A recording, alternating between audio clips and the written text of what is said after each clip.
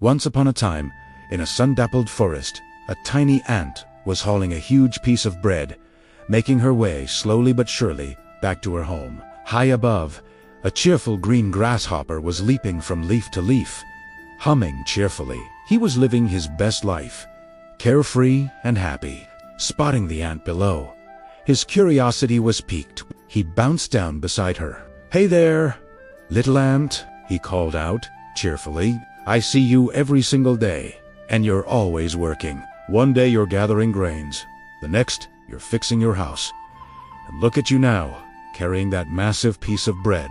Is this really all you do?" The grasshopper stretched out lazily on a warm rock, a chuckle escaping him. "I've never seen you just relax. Never seen you have a little fun.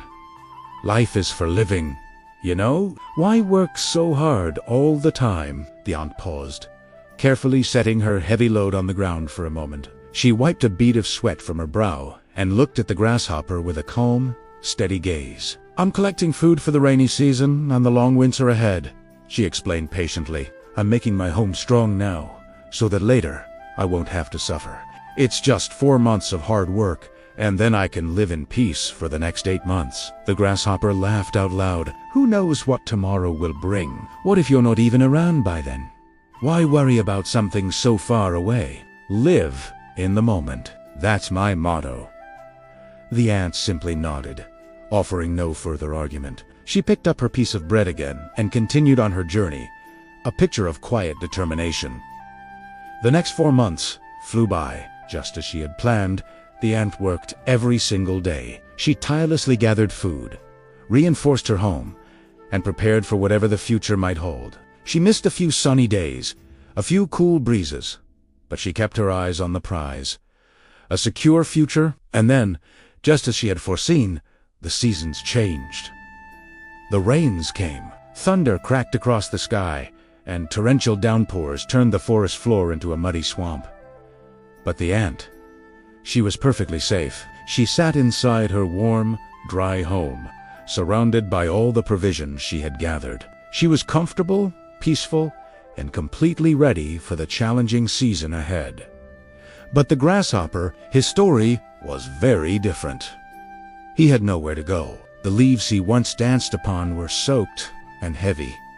The ground was a cold, muddy mess. He couldn't hop far, and the biting wind made him shiver uncontrollably. He had no food, no shelter, and nowhere dry to rest his weary body. Exhausted, soaked to the bone, and starving, he finally, reluctantly, made his way to the ant's home. He knocked weakly on the door. When the ant opened it, she didn't scold him or turn him away. Instead, she welcomed him in with kindness. Stepping inside, the grasshopper was stunned into silence. The ant's home was a fortress of comfort. Everything was dry and cozy. Jars of food were neatly stacked against the walls. A gentle warmth filled the air. It was a haven of safety and preparation. The grasshopper looked around, his head hanging low in shame. He finally understood. My friends, we all want to enjoy life, and of course, we should. But this timeless story holds a powerful lesson.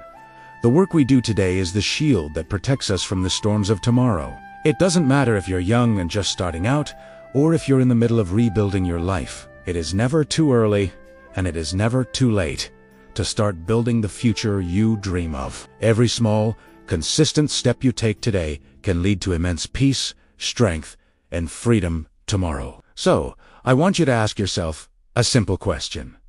What do you truly want? A few fleeting moments of fun right now, or a future filled with comfort, safety, and the deep pride that comes from building something that lasts? The choice, as always, is yours. Thank you so much for watching.